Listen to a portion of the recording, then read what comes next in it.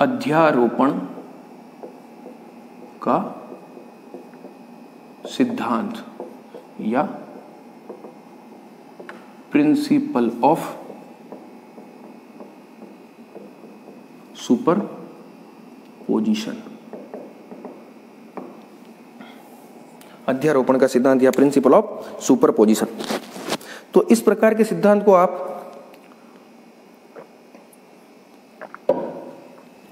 First year में पढ़ के आए हो।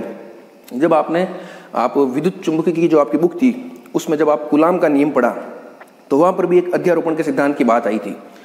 तो वो क्या थी उसको एक बार मैं आपको बताता हूँ, इससे आपको ये भी पता चल जाएगा। वहां पर आपने क्या देखा था, वहां पर आप कूलम बल की बात कर रहे थे। जैसे मान लो आपके पास कोई एक क्यू आवेश है, एक कैपिटल क्यू आवेश था, एक आपका था परीक्षण आवेश और एक आपका था स्रोत आवेश, ठीक है ना, स्रोत और परीक्षण आवेश। तो इस आवेश के कारण इस पर बल लग रहा था, वो तो एक सिंगल आवेश के कारण था। उसको आप क्या लिखते हो, F is equal to K Q1Q upon R square. इसके कारण इस पर बल आप क्या लिख रहे थे, K Q upon R square, और R इनके बीच की डिस्टेंस थी। तो इस तरह से लिख रहे थे। अभी तो एक आवेश था, ऐसे मान लो, अगर मान लो खूब सारे आवेश हो, ये Q1 Q2 Q3 इस तरह से हो, तब आप क्या लिख रहे थे कि इस पर जो सभी आवेशों के कारण जो बल लग रहा था वो इसके कारण इस पर, इसके कारण इस पर, इसके कारण इस पर जो लगने वाले बल थे उन सभी के सदिश योग के तुल्य था। इंडिविजुअली जो बल लग रहा है उनके सदिश योग के तुल्य था। तो सिमिलर चीज आपको यहीं पर मिलेगी, इसको आप ध्यान से सुनिए। जैसे मान लो खूब सारी तरंगें हैं, दो या दो से अधिक तरंगें मान लो, वो किसी माध्यम में संचरित हो रही है। अब आपको पता है जब माध्यम में संचरित होगी, और तरंगों के संचरण होने का मतलब क्या है, वो डिस्टर्बेंस की वजह से तो संचरित हो रही है। तो अब अगर आप माध्यम में किसी एक बिंदु पर या किसी उभयनिष्ठ क्षेत्र पर परिणामी ज्ञात करना चाह रहे हो, इन तरंगों का परिणामी ज्ञात करना चाह रहे हो, तब वो जो परिणामी होगा वह इन तरंगों, जो तरंगें संचरित हो रही है, उन तरंगों के कारण उस बिंदु पर अलग अलग जो विक्षोभ उत्पन्न हो रहे हैं उनके सदिश योग के तुल्य होगा। इस चीज को आप समझ गए। मैं एक दफा वापस बोल देता हूं, जब दो या दो से अधिक तरंगें किसी माध्यम में संचरित हो रही हो, तब माध्यम में किसी बिंदु पर परिणामी विक्षोभ उस बिंदु पर स्वतंत्र रूप से तरंगों द्वारा उत्पन्न विक्षोभों के सदिश योग के तुल्य होता है। इसको आप आराम से दो बार सुन करके लिख लेना। तो अब मान लो कोई एक तरंग है, सपोज करो दो तरंग है, उस तरंग का विक्षोभ मान लो आपका क्या है, y1 विक्षोभ उत्पन्न कर रही है, दूसरी तरंग y2 विक्षोभ कर रही है, तीसरी तरंग y3 कर रही है। इस प्रकार से खूब सारी तरंगें अलग अलग विक्षोभ कर रही है। तो कोई माध्यम में ये सब तरंगें क्या है, संचरित हो रही है, और आप चाह रहे हो माध्यम के किसी बिंदु पर आप क्या निकालना चाह रहे हो, परिणामी। क्या निकालना चाह रहे हो, परिणामी, रिजल्टेंट, उसको मैं y कहता हूं। तो वो जो y होगा वो क्या होगा, y is equal to y1 plus y2 plus y3, और इस प्रकार से चलता रहेगा। तो ये क्या है आपका अध्यारोपण का सिद्धांत। बिल्कुल कूलम नियम में आपने जो पढ़ा था सिमिलर उसी प्रकार का है। इसको भी आप कैसे देख रहे थे वापस बता देता हूँ। यहाँ पर जैसे मान लो आपके कोई Q आवेश है, ठीक है, और ये Q1 है, कोई स्रोत आवेश, ये Q2 है, ये Q3 है, ये है आपका परीक्षण आवेश। इसको आप कह रहे हो परीक्षण आवेश। क्या कह रहे हो, परीक्षण आवेश, जिस पर आप बल का मान ज्ञात करना चाह रहे हो। और ये सारे आपके क्या है, स्रोत आवेश जो उत्पन्न कर रहे हैं, स्रोत आवेश, ठीक है ना, चार्ज, ठीक है। तो इसके कारण इस पर बल लगेगा, जिसका मान आप क्या लिखते हो, F1 मान लो कह दूं तो K Q1 अपॉन R1, ठीक है, R1 स्क्वायर। इसके कारण आप क्या लिख दोगे, K Q2 upon R2 square. इसके कारण क्या लिख दोगे, F is equal to K Q3 upon R3 square. और जब आप रिजल्टेंट निकालोगे तो आप क्या करोगे, इसको सबको जोड़ोगे, यही तो करोगे। इसका जब आप रिजल्टेंट लिखोगे तो आप कैसे लिखोगे, vector F is equal to F1 plus F2 plus F3।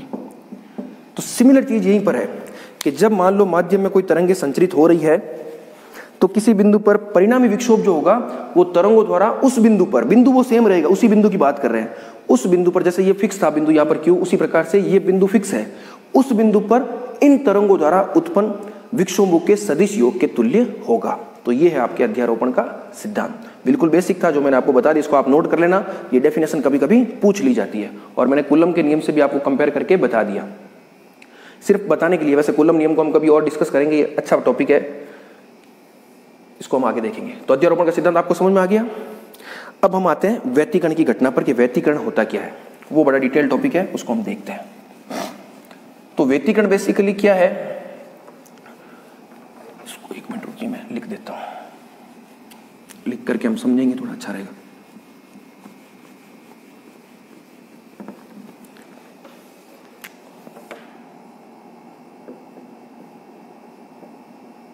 व्यतिकरण या इंटरफेरेंस। अब इस व्यतिकरण की परिभाषा को आपको समझना है, तो इसको समझने के लिए आपको अध्यारोपण का सिद्धांत तो समझ में आ ही गया, उसकी डेफिनेशन आपको पता चल गई।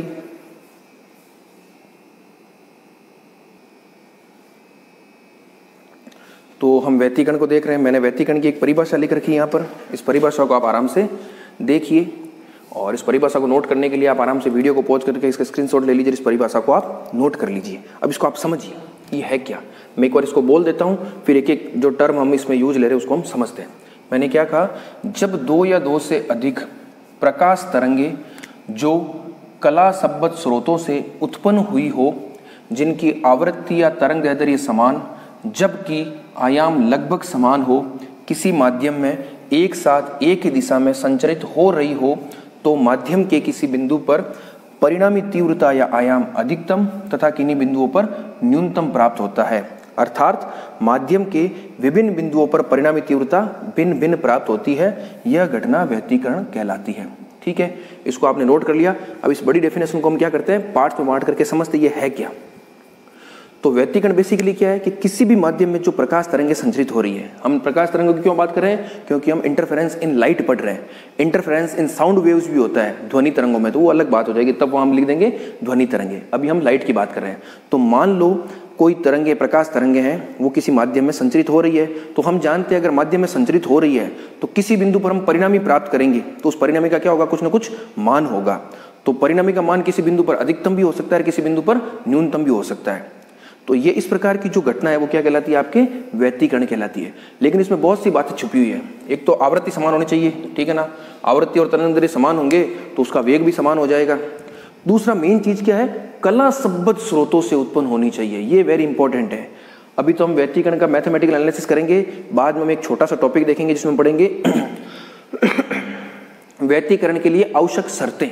तो वहां पर हम उन शर्तों की 6-7 शर्तें लिखेंगे। वहां पर आप एक शर्त आएगी कि व्यतिकरण, जिन तरंगों में व्यतिकरण हो रहा है वह तरंगे इसेंशियली यानी अनिवार्य रूप से कला संबद्ध स्रोतों से प्राप्त होनी चाहिए। अर्थात उन तरंगों में जो कलांतर है वो समय के सापेक्ष कैसा होना चाहिए, नियत होना चाहिए। अब वो कैसे प्राप्त करते हैं उसकी अलग विधि आएगी जिसको हम बाद में देखेंगे। तो पहली चीज आपको क्या पता चल गई कि जो प्रकाश तरंगे आपको प्राप्त हो रही है वो कैसी होनी चाहिए, कला संबद्ध स्रोतों से प्राप्त होनी चाहिए। ठीक है। दूसरा, उनकी आवृत्ति समान होनी चाहिए और आयाम जो है उन तरंगों का वो लगभग समान होना चाहिए। इस लगभग समान पर आप एक बार स्टार लगा लीजिए। अभी तो आपको ये नहीं पता चलेगा कि मैंने लगभग समान क्यों लिखा है, लेकिन थोड़ी देर बाद जब हम मैथमेटिकल एनालिसिस करेंगे तब आपको और क्लियर होगा कि मैंने लगभग शब्द क्यों काम में लिया। और आगे 1-2 टॉपिक हम पढ़ेंगे, इसको आप यही नोट कर लेना। आगे हम 1-2 टॉपिक पढ़ेंगे जिसमें इंटरफेरेंस को काफी डिटेल में पढ़ेंगे, तो वहां पर ही मैं आपको बताऊंगा कि इस लगभग को काम में लेने का क्या मतलब, आयाम लगभग समान मैंने क्यों कहा, एकदम समान क्यों नहीं कहा, तो वहां आपको और अच्छे से क्लियर होगा। ठीक है, अभी तो आप सिर्फ इसको ध्यान रखिए, लगभग समान हो। और बाद में तो वही बात है, एक साथ माध्यम में चल रही है तो माध्यम के किन बिंदु पर जो परिणामी तीव्रता होगी या आयाम भी क्या होता है, तीव्रता आयाम के वर्ग के समानुपाती होती है। तो परिणामी तीव्रता को चाहे आयाम को, तो उसका मान कहीं पर अधिकतम होगा, कहीं पर न्यूनतम होगा। एक तरह से कह सकते हैं कि अलग अलग बिंदुओं पर अलग अलग होगा। तो ये इस प्रकार की जो घटना है वो क्या कहलाती है, व्यतिकरण कहलाती है। तो मेरे हिसाब से आपको ये समझ में आ गया होगा। एक तरह से अध्यारोपित हो रही है, जो तरंगे चल रही है वो क्या हो रही है, अध्यारोपित हो रही है, सुपर इम्पोज हो रही है और हमें क्या मिल रहा है, रिजल्टेंट मिल रहा है। तो अब किस बिंदु पर अधिकतम होगी, किस बिंदु पर न्यूनतम होगी, उसको हम कैसे पता करेंगे, उसके लिए क्या कंडीशंस है, वो कंडीशन प्राप्त करेंगे जब हम इस इंटरफेरेंस का मैथमेटिकल एनालिसिस करेंगे। मैथमेटिकल एनालिसिस कैसे करेंगे कि हम कोई 2 तरंगे लेंगे, उन 2 तरंगों में अध्यारोपण का सिद्धांत लगाएंगे। अर्थात उन तरंगों के जो विक्षोभ है y1 y2 अगर मान लो, तो परिणामी y1 + y2 निकालेंगे और उससे कुछ कंडीशंस मिलेगी। उन कंडीशंस के आधार पर हम क्या बताएंगे कि किस स्थिति में अधिकतम और किस स्थिति में तीव्रता न्यूनतम होगी। तो ये थी हमारी डेफिनेशन। अब हम इसी में कंटिन्यू कर लेते हैं, मैथमेटिकल एनालिसिस ऑफ इंटरफेरेंस। ठीक है ना, व्यतिकरण की घटना का गणितीय विश्लेषण, वो वेरी इंपॉर्टेंट है। वो एग्जाम में एज इट इज पूछा भी जाता है, समझने के हिसाब से भी वेरी इंपॉर्टेंट है, और उससे रिलेटेड कुछ न्यूमेरिकल्स भी एग्जाम में आते हैं। तो उसको आप थोड़ा देखिए वो क्या है, उसको हम कर लेते हैं। तो अगली हेडिंग आप लिख लीजिए, व्यतिकरण की घटना का गणितीय विश्लेषण, mathematical analysis of interference, mathematical analysis of interference, आगे आप लिख लेना। तो मैथमेटिकल एनालिसिस करने के लिए हम क्या करेंगे कि हम कहेंगे कि माना कोई दो कला शब्द स्रोत है आपके S1 और S2। क्या है? दो कला शब्द स्रोत आपके S1 और S2। इनसे कोई दो तरंगें उत्पन्न हो रही है और वो माध्यम में आगे चल रही है, और इन तरंगों में जो अध्यारोपण होगा तभी तो आपको क्या मिलेगा? परिणामी तीव्रता आयाम मिलेगा, और उस घटना को आप क्या कह रहे हो? व्यतिकरण कह रहे हो। तो मैंने क्या कहा कि माना दो कला शब्द स्रोतों से प्रकाश तरंगें प्राप्त हो रही है, जिनके आयाम क्रमशः हम ले रहे हैं A1 और A2। ये क्या है? आयाम है उन तरंगों के, ठीक है। तथा इन तरंगों में कलांतर फाई है। कलांतर क्या? फाई है। तो इन तरंगों को हम कैसे लिख सकते हैं? आप देखिए आराम से। मान लो पहली तरंग को मैं लिख रहा हूं y1 is equal to A1 sine kx minus omega t, और दूसरी को लिखूंगा y2 is equal to A sine kx minus omega t minus phi, या प्लस फाई, कुछ भी लिख लीजिए, कोई दिक्कत नहीं है उसमें, ठीक है ना। तो इस तरह की चीज है, प्लस माइनस कोई फर्क नहीं पड़ रहा है। फाई कलांतर है, इसके सापेक्ष इसमें देखो या इसके सापेक्ष में देखो, दोनों में जो अंतर है वो आपका क्या रहने वाला है? फाई रहने वाला है। आपको कंफ्यूजन होता है, प्लस फाई लिख सकते हैं, कुछ भी लिख लो, कोई दिक्कत नहीं है, ठीक है। एक ही बात है दोनों, प्लस फाई है तो ये आगे है और माइनस फाई है तो ये आगे है, लेकिन दोनों में कलांतर क्या है? फाई है, ठीक है। और वो फाई कैसा है? ये फाई है समय के सापेक्ष नियत है, यानी आप किसी भी समय, ये तो टी समय, कोई T1 T2 T3 कोई भी समय लीजिए, ये कलांतर हमेशा इन दोनों तरंगों में क्या रहेगा? आपके फाई रहेगा, ठीक है। तो आगे हम क्या करते हैं? अध्यारोपण का सिद्धांत लगाएंगे। तो आपने क्या लिख लिया? आपने लिख लिया कि दो कला शब्द स्रोतों से जो तरंगें प्राप्त हो रही है, जिनके आयाम क्रमशः A1 A2 तथा उनमें कलांतर फाई है, तो उन्हें हम निम्न प्रकार लिख सकते हैं y1 is equal to this, y2 is equal to this. अध्यारोपण के सिद्धांत से आगे आप क्या लिखोगे? अध्यारोपण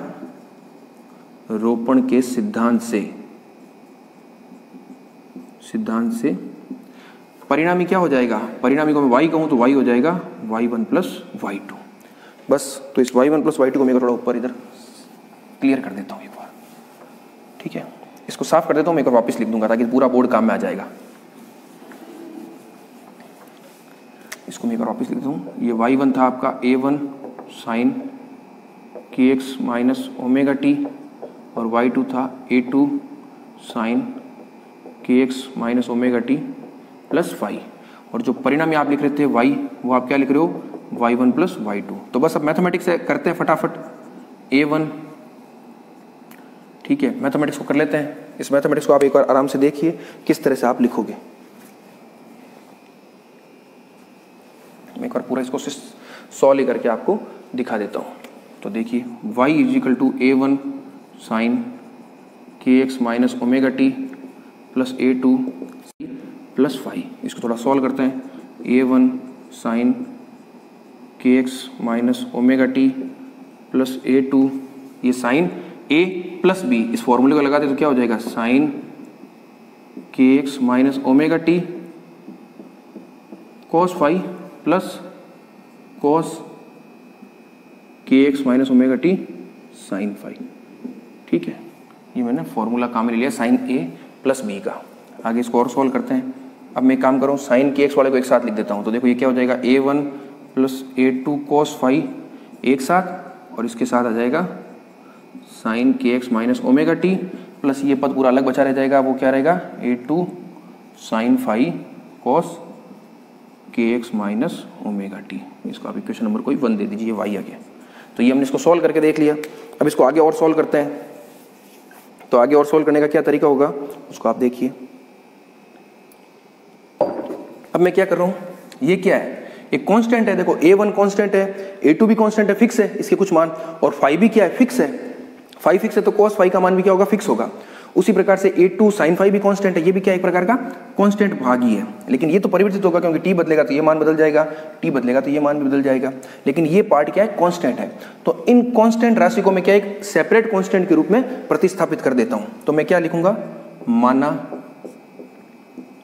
A1 plus A2 cos phi is equal to मैं लिख रहा हूं A capital A cos theta, और इसको लिख रहा हूं A2 sine phi is equal to capital A sine theta. मान सकता हूं कुछ भी, ठीक है ना। इसको आप इक्वेशन नंबर 2 दे दीजिए, दोनों को मिला करके 2a 2b कुछ भी दे दीजिए। अब इन मान को आप यहाँ रखिए तो आपको क्या मिलेगा, देखिए आपको मिलेगा a cos theta sine kx minus omega t plus a sine theta cos kx minus omega t. अब ये क्या है, sine a cos b plus cos a sine b, ठीक है। तो ये क्या हो जाएगा, साइन a प्लस b और a कॉमन आ जाएगा, तो आपको रिजल्टेंट क्या मिल जाएगा, a sine kx minus omega t plus theta. ये आपको क्या मिल गया, इन दो तरंगों में अध्यारोपण के कारण जो किसी बिंदु पर परिणामी है वो आपको ये मिल गया। इसको मैं एक बार यहाँ लिख करके आपको पूरा समझा देता हूँ क्या है ये, a sine kx minus omega t plus theta. तो यहाँ पर जो आपका ये a है, ये a क्या है, इस परिणामी तरंग का आयाम, तो a क्या हो जाएगा, परिणामी तरंग का आयाम। और ये थीटा क्या है, परिणामी तरंग की कला। ये थीटा क्या है, परिणामी तरंग की कला। इसको आप यहां नोट कीजिए, जहां a परिणामी तरंग का आयाम, एक एक चीज को आप स्पष्ट रूप से लिखिए ताकि कोई कंफ्यूजन नहीं हो। और थीटा क्या हो जाएगा, परिणामी कला, रिजल्टेंट फेज, परिणामी कला। तो ये आपको क्या मिल गया, y का मान मिल गया। अब हम क्या करेंगे, इस a का मान निकालेंगे। a का मान क्या हो रहा है, क्योंकि जब आप तीव्रता का मान निकालोगे तो तीव्रता होती है कि आयाम के स्क्वायर के बराबर होती है। तो इस समीकरण 2 से हम क्या करेंगे, आयाम का मान निकालेंगे। तो चलो निकालते हैं। ये आपने लिख लिया होगा आराम से, जब इसको पूरा सुन करके देख लें, इसका स्क्रीनशॉट लें और यहाँ तक लिख लें आप बिल्कुल आराम से। अब मैं इसको साफ कर रहा हूँ, एक बार यहाँ तक साफ कर देता हूँ एक बार।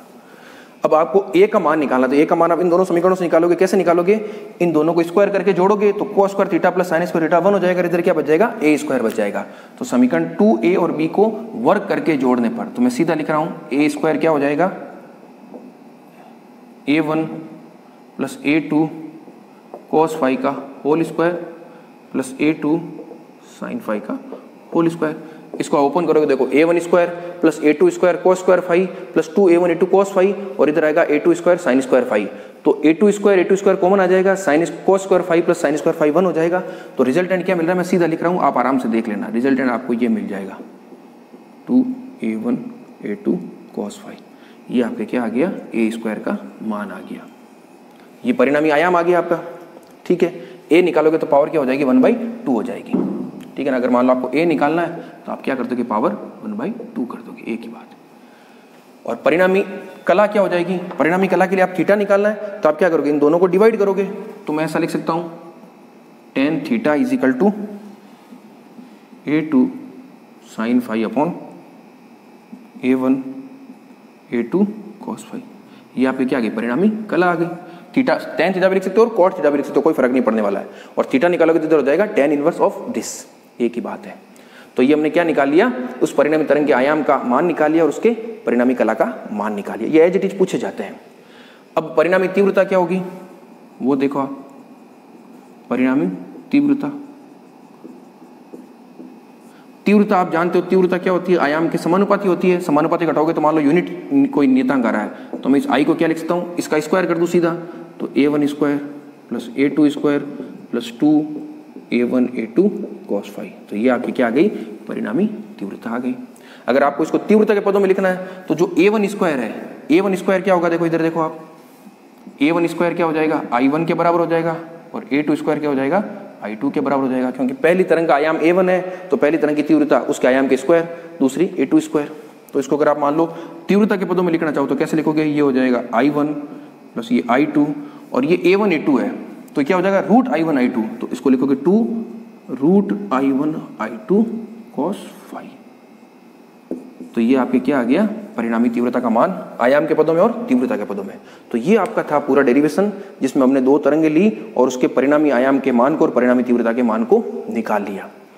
अब आपको वो कंडीशन फाइंड करनी है जिसके आधार पर आप कहोगे कि माध्यम के इस बिंदु पर परिणामी तीव्रता या आयाम अधिकतम होगा और उस बिंदु पर न्यूनतम होगा, जिसके लिए हम शब्द काम में लेते हैं संपोषी व्यतिकरण या कंस्ट्रक्टिव इंटरफेरेंस और विनाशी व्यतिकरण या डिस्ट्रक्टिव इंटरफेरेंस। उसकी कंडीशन हम फाइंड करते हैं। अब आप देखिए इन फॉर्मूलों से कि जो परिणामी आयाम है या परिणामी तीव्रता वो डिपेंड किस पर कर रही है। A1 तो कांस्टेंट है, A2 भी कांस्टेंट है, A1 A2 भी कांस्टेंट है, 2 कांस्टेंट है, अल्टीमेटली डिपेंड कर रही है फाई पर। तो जो दो तरंगे आपने ली है उनमें कलांतर की जो शर्त होगी, कलांतर कितना है, ठीक है ना, उसमें कलांतर 0 है, रहेगा तो वो सेम, एक बार जो फिक्स हो गया, अगर 0 है तो फिर वो थ्रू आउट रेंज 0 रहेगा, अगर 2 पाई है तो वो 2 पाई रहेगा, 3 पाई है तो 3 पाई रहेगा, π/2 है तो π/2 रहेगा। लेकिन कितना है उसके आधार पर आप बताओगे कि इसका मान अधिकतम होगा या न्यूनतम होगा। इस चीज को आप समझ गए। वापिस बता देता हूं कि परिणामी तरंग का आयाम अधिकतम होगा या न्यूनतम, वह डिपेंड करता है या वह निर्भर करता है उन दोनों तरंगों के बीच कलांतर पर। तो अब हम समपोषी और विनाशी व्यतिकरण को भी देख लेते हैं। आप बिल्कुल समझते रहिए, इसको नोट करते रहिए, रुक रुक करके, जैसे वीडियो को पॉज किया आपने आराम से नोट कर लिया। ये तो क्लासरूम से भी ज्यादा चीज है, क्लासरूम में चीज मिट जाती है, इसमें आपके सब चीज लिखी हुई है, वीडियो को रोक कर आराम से आप देख करके लिख लीजिए। और मैं 2-2 बार बोल करके बता रहा हूं तो आपको समझने में भी कोई दिक्कत नहीं होगी। तो अब हम अगला देख लेते हैं, समपोषी और विनाशी व्यतिकरण। वो क्या है उसको आप देखिए। तो अगली हेडिंग लिख लीजिए आप, समपोषी व्यतिकरण या कंस्ट्रक्टिव इंटरफेरेंस। फटाफट करते हैं इसको, वेरी इजी है। समपोषी व्यतिकरण या कंस्ट्रक्टिव इंटरफेरेंस। तो इस स्थिति में क्या होगा, परिणामी तीव्रता या आयाम का मान होगा अधिकतम। तो चलो आयाम आपने क्या लिखा था, आयाम लिखा था a1 square plus a2 square plus 2a1 a2 cos phi की पावर 1/2। अब ये अधिकतम, ये डिपेंड किस पर रहा है, फाई पर, तो ये अधिकतम होगा तब ये भी अधिकतम हो जाएगा। तो cos फाई का अधिकतम मान क्या होता है, cos फाई का अधिकतम मान होता है +1। ये क्या इसका अधिकतम मान है। तो इससे कंडीशन क्या आ जाएगी, इससे कंडीशन आ जाएगी फाई इक्वल टू 2n पाई। ये तो आप जानते ही हो, cos 0, cos 2 पाई, cos 4 पाई, cos 6 पाई, जो पाई का आप क्या कह सकते हो सम गुणांक है, वो क्या होता है, हमेशा +1 होता है। cos पाई -1 होता है लेकिन cos 2 पाई 1 होता है, cos 3 पाई -1 होता है लेकिन cos 4 पाई क्या होता है, +1 होता है। तो ये कंडीशन आ गई आपके समपोषी व्यतिकरण की। तो कहने का मतलब क्या हो गया, n क्या हो जाएगा, n 0 1 2 3 कुछ भी हो। तो अगर मान लो आपके दो तरंग ऐसी है, एक मान लो यहाँ से शुरू ऐसे हो रही है और दूसरी मान लो यहीं से हो रही है 0 से ही, तो इनमें क्या होगा, हमेशा समपोषी व्यतिकरण होगा। इस स्थिति में समपोषी व्यतिकरण होगा आपको।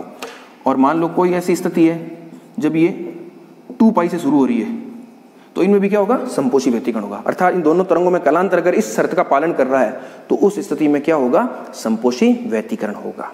तो ये चीज आप समझ गए, समपोषी व्यतिकरण की शर्त आ गई फाई के रूप में। अब आप आगे बढ़िए, इसमें आगे और हम क्या देख सकते हैं उसको भी आप देखते चलिए। ये तो था कलांतर की शर्त। एक शब्द आपके काम में आता है पथांतर, सामान्य सा शब्द है जो आप पहले पढ़ के आ चुके हो, उसकी भी हम कंडीशन देख लेते हैं। पथांतर, ये साथ ही हम समझ लेते हैं क्या है। पथांतर को आप लिखते हो जनरली डेल्टा से, और पथ किससे नापते हैं हम, लैम्बडा के पदों में। तो ये इसका मान किस में आएगा, लैम्बडा में आएगा। तो पथांतर का एक फॉर्मूला होता है। कलांतर और पथांतर में क्या रिलेशन होता है, ये होता है डेल्टा/2 पाई इंटू फाई, ये फॉर्मूला होता है। ये इसको आप ऐसा भी लिख सकते हो, पथांतर इक्वल टू λ/2 पाई इंटू कलांतर। वेरी बेसिक है, आपको पता होना चाहिए।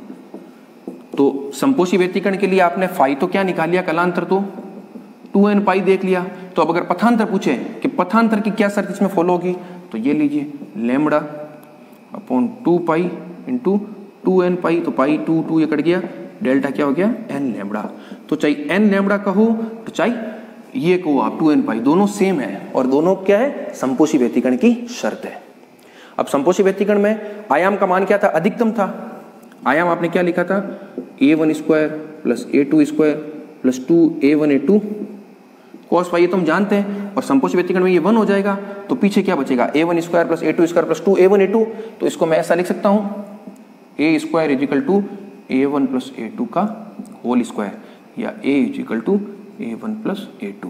ये आपके वेरी इंपॉर्टेंट है, आपको एनी टाइम याद रखना पड़ेगा कि समपोषी व्यतिकरण या अधिकतम तीव्रता की आयाम की स्थिति में a1 प्लस a2 होता है परिणामी आयाम का मान। उसी प्रकार से परिणामी तीव्रता क्या हो जाएगी आपकी, परिणामी तीव्रता हो जाएगी, इसको लिखोगे आप i1 plus i2 plus 2 root i1 i2। तो ये हो जाएगा i1 plus i2 plus 2 root i1 i2, या i इजिकल टू हो जाएगा root i1 plus root i2 का होल स्क्वायर। ये आपकी हो गई परिणामी तीव्रता, या इसको आप आयाम के पदों में लिखना चाहो तो ये हो जाएगा a1 प्लस a2 का होल स्क्वायर। ये सारे फॉर्मूले आपको याद होने चाहिए, एक पता रखना है, बाकी सब याद हो जाएगा। ये हो गया परिणामी आयाम, ये हो गई परिणामी तीव्रता, और ये होगी परिणामी तीव्रता तीव्रता के पदों में। तो ये हमने पूरा संपोषी व्यतिकरण का डिस्क्रिप्शन देख लिया, क्या क्या इसके अंतर्गत है। ये शर्त पता होनी चाहिए, ये शर्त पता होनी चाहिए, ये फॉर्मूले आपको पता होने चाहिए। तो संपोषी व्यतिकरण हो गया। अब अगला फटाक से हम विनाशी व्यतिकरण देख लेते हैं, वो क्या होता है विनाशी व्यतिकरण। तो विनाशी व्यतिकरण में क्या हो जाएगा, न्यूनतम होना चाहिए। तो हम जो cos फाई है हमारा, उसका मान क्या हो जाएगा, न्यूनतम होना चाहिए। हम अगला देख लेते हैं विनाशी व्यतिकरण या डिस्ट्रक्टिव इंटरफेरेंस, ठीक है ना। तो उस स्थिति में आपके cos फाई क्या होना चाहिए, न्यूनतम, और cos फाई का न्यूनतम मान क्या होता है -1, और ये -1 आपको कहाँ मिलेगा, फाई इजिकल टू 2n - 1 पाई पर मिलेगा। आप देख लीजिए n का मान आप 0 तो रखोगे नहीं, 0 तो वहाँ काम ले लिया, 1 रखोगे तो 2 - 1 पाई, तो ये क्या हो जाएगा पाई, 3 पाई, 5 पाई, अर्थात पाई के जो विषम गुणांक है उस स्थिति में cos पाई का मान क्या होता है आपके -1 होता है। तो ये कंडीशन आ गई। अब आप डेल्टा निकालना चाहो, मान लो पथांतर, तो वो क्या होता है लैम्डा अपॉन 2 पाई 2n माइनस पाई, ये पाई से पाई चला गया, इस 2 को अगर मैं बाहर कॉमन लेता हूँ तो ये हो जाएगा n -12 इंटू लैम्डा। तो ये कंडीशन और ये कंडीशन दोनों क्या है, सेम है। आप करके देख सकते हो, मैं थोड़ा स्पीडली कर रहा हूँ और ये मान के चल रहा हूँ, आप आराम से इसको समझ सकते हो। आप घर पर आराम से इसको देख करके खुद ही कंडीशन निकाल लेना। स्पीडली इसलिए कर रहा हूँ थोड़ा, लेक्चर वरना फिर बहुत ज़्यादा लेंथी हो जाएगा, और इसमें है कुछ नहीं, फिजिक्स तो हमने देख ली, सिंपल मैथमेटिक्स है, तो इसको आप नोट कर लीजिए। अब आयाम और तीव्रता का मान निकालते हैं। तो आयाम क्या होगा, आयाम का आपने फॉर्मूला लिखा था, a² था a1 square plus a2 square plus 2a1 a2 cos phi, ये -1 है तो यहाँ माइनस आ जाएगा, तो इस आयाम को मैं ऐसे लिख सकता हूँ a1 माइनस a2 का होल स्क्वायर, क्योंकि यहाँ माइनस आएगा तो a1 square plus a2 square minus 2a1 a2, तो a1 माइनस a2 का होल स्क्वायर। ये आयाम हो जाएगा आपका a is equal to a1 minus a2। तीव्रता क्या हो जाएगी आपकी, तीव्रता वापस वही हो जाएगी a1 माइनस a2 का होल स्क्वायर, क्योंकि आयाम के स्क्वायर के बराबर होती है, तो ये परिणामी तीव्रता। और अगर आपको तीव्रता के पदों में लिखना है तो √I1 माइनस √I2 का होल स्क्वायर, इस तरह से लिख सकते हो आप। तो ये सारे माने बिल्कुल मैथमेटिक्स बिल्कुल है। तो ये आपने क्या देख लिया, संपोषी और विनाशी व्यतिकरण को देख लिया। और जब मैंने एक शब्द काम में लिया था लगभग समान आयाम, तो उसका थोड़ा बहुत आइडिया आपको यहाँ मिलेगा। अगर मान लो उसके आयाम समान हो जाते तब संपोषी व्यतिकरण में तो कोई दिक्कत नहीं। संपोषी व्यतिकरण में तो परिणाम आयाम आपके क्या था, a1 प्लस a2 था, तो चलो समान होते, मान लो a1 a2 तो हो जाता है 2a1। लेकिन अगर विनाशी व्यतिकरण देखो तब आयाम क्या मिल रहा है आपको, 0 मिल रहा है, तीव्रता क्या मिल रही है, 0 मिल रही है। लेकिन जब आप एक्सपेरिमेंट परफॉर्म करके देखते हो तब आपको विनाशी व्यतिकरण की स्थिति में भी क्या होता है, कुछ स्पोर्ट्स मिलते हैं एक्सपेरिमेंट में। आपके जो पर्दा होगा जहां पर आप एक्सपेरिमेंट करोगे और जो पर्दे पर स्क्रीन पर जो निष्कर्ष मिलेगा वहां पर आपको विनाशी व्यतिकरण की स्थिति में कुछ स्पोर्ट्स मिलते हैं। तो वो स्पोर्ट्स मिल रहे, इसका मतलब कि इसका मान 0 नहीं है। इसलिए हम कह रहे हैं कि ये एकदम 0 नहीं होता, लगभग बराबर होता है। अब और भी अच्छे से अगर आपको समझना है कि लगभग बराबर होने का क्या फायदा है, तो वो अभी आपको समझ में नहीं आएगा, वो आगे एक टॉपिक आएगा, वहां पर आपको पूरा ही क्लियर हो जाएगा। थोड़ा यहाँ बता दिया, थोड़ा वहां मैं आपको और बता दूंगा। तो ये आपके पूरा कंप्लीट डिस्क्रिप्शन हो गया व्यतिकरण के गणितीय विश्लेषण का, जिसमें हमने पूरा परिणामी तरंग के आयाम को, उसकी परिणामी कला को देख लिया, और आपके क्या कहते हैं विनाशी और संपोषी व्यतिकरण की शर्तों को देख लिया। तो ये टॉपिक हमने आज कंप्लीट कर लिया। तो ये इस लेक्चर में हम इस टॉपिक को कंप्लीट करने वाले थे, जो हमने कर लिया। अब एक ग्राफ बनाना है आपको, ठीक है ना, तीव्रता और उसके कलांतर के रूप में, उसको भी आप देख लीजिए। जैसे मान लो इधर आपके तीव्रता है, इधर आपके कलांतर है, मान लो फाई के रूप में, ये 0, ये पाई, 2 पाई, ये 3 पाई, ये 4 पाई, इधर ये माइनस पाई, -2 पाई, -3 पाई, -4 पाई। तो आपको पता है तरंग तो इस प्रकार की होगी, तो 0 पर अधिकतम थी तरंग का आयाम, तो ये क्या होगा, और माइनस पाई और पाई पर क्या थी, 0 थी, तो ये तरंग देखो इस तरह से बनेगी, इसी तरह से बननी चाहिए। और 2 पाई पर क्या होगा, अधिकतम होगा, ये लीजिए इस तरह से बन जाएगी। 2 पाई पर अधिकतम हो गई, हुई कि नहीं हुई। इसी प्रकार से आप आगे चलोगे तो ये 4 पाई पर अधिकतम हो गई, इसको आप इस दिशा में लीजिए, 3 पाई पर हो गई, इस तरह से चलेगा, ये -5 पाई पर हो जाएगी। तो ये आपकी क्या है, तीव्रता और कलांतर के बीच ग्राफ, ठीक है। 0 पर क्या है देखो अधिकतम है आयाम का मान, 2 पाई पर अधिकतम है, 4 पाई पर अधिकतम है। ये आप इस तरह से ग्राफ बनोगे, लेकिन इस ग्राफ में एक टेक्निकल मिस्टेक है। वो मिस्टेक क्या है उसको आप समझिए, ठीक है। इस ग्राफ से आपको क्या दिख रहा है कि चलो 0 पर तो क्या अधिकतम मिल रहा है, 2 पाई पर अधिकतम मिल रहा है तीव्रता, यहाँ भी अधिकतम है, यहाँ भी अधिकतम है, यहाँ भी अधिकतम है, कोई दिक्कत नहीं। लेकिन जब आप -पाई, -3 पाई, -5 पाई, पाई 3 पाई, 5 पाई पर देखते हो तब आपको तीव्रता कितनी मिल रही है, परिणामी 0। जबकि परिणामी तीव्रता आपकी 0 नहीं थी। परिणामी तीव्रता का मान क्या था, विनाशी व्यतिकरण में परिणामी तीव्रता का मान था A1 - A2 का होल स्क्वायर, यानी उसका मान 0 नहीं था। तो जो आपका ग्राफ है वो इस तरह का नहीं होगा, इस चीज को आप समझिए। जनरली तो हम ऐसा ग्राफ बनाते हैं भाई -पाई पर 0 है, ठीक है, तो इस तरह से बना ले, लेकिन उसका परिणामी तीव्रता का मान 0 नहीं है, कुछ मान है, A1 - A2 कुछ भी हो, लेकिन कुछ ना कुछ मान है। तो इस ग्राफ को मैं करेक्ट कर रहा हूँ फिजिक्स के हिसाब से, उसको आप देखिए। जनरली हम ऐसा बनाते हैं, ऐसा है नहीं है, सही मान सकते हो, लेकिन जो फिजिक्स में छुपी हुई है, अगर आप A1 और A2 को बराबर नहीं ले रहे हो तो उस स्थिति में ये ग्राफ ऐसा सही नहीं होगा। वो ग्राफ कैसा सही होगा उसको आप देखिए। बस वो लास्ट है, उसको फिर इस लेक्चर को हम कंप्लीट करते हैं। उस ग्राफ को आप देखिए आराम से।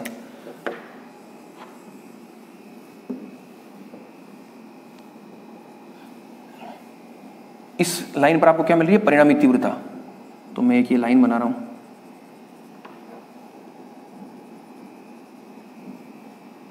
और यहां पर मैं लिख रहा हूं जो आई है आपका, उसका मान मैं लिख रहा हूं A1 - A2 का होल स्क्वायर, और यहां पर जो आई उसको मैं लिख रहा हूं A1 + A2 का होल स्क्वायर, कोई मान होगा। तो अब आपका जो 0 होगा मान वो इस रेखा पर होगा, ना कि इस पर। तो अब आपके जो ये मान लो 0 पाई, 2 पाई, 3 पाई, 4 पाई, 5 पाई, -पाई, -2 पाई, -3 पाई, -4 पाई, -5 पाई। तो अब जो आप यहाँ से शुरू करें तो अब यहाँ से नहीं, यहाँ से शुरू होगा। तो इस पाई पर 0 है, इस पाई पर 0 है, तो ये ग्राफ इस तरह से हो जाएगा। ये इस तरह से आगे आप बना लेना, फिर आगे ये चलता रहेगा। तो ये रियल ग्राफ है, इन दो रेखाओं पर बनेगा ग्राफ, ना कि इस पर। तो ये आपके क्या था, तीव्रता का कालांतर के साथ परिवर्तन। तो ये हमने जो mathematical analysis of interference event का देख रहे थे वो हमने कंप्लीट कर लिया। कोई भी एस्पेक्ट उसके अंतर्गत छुपा हुआ नहीं है। आप इस लेक्चर को बड़े आराम से सुनिए। जो भी डेरिवेशन मैंने पूरा एक एक टॉपिक बोर्ड पर लिख कर किया उसको आप आराम से हाथ से लिखिए, समझिए, और फिर इसको आप आगे बढ़िए। तो इस लेक्चर को हम यहीं कंप्लीट करते हैं। आगे नेक्स्ट लेक्चर में नया टॉपिक देखेंगे। Thank you.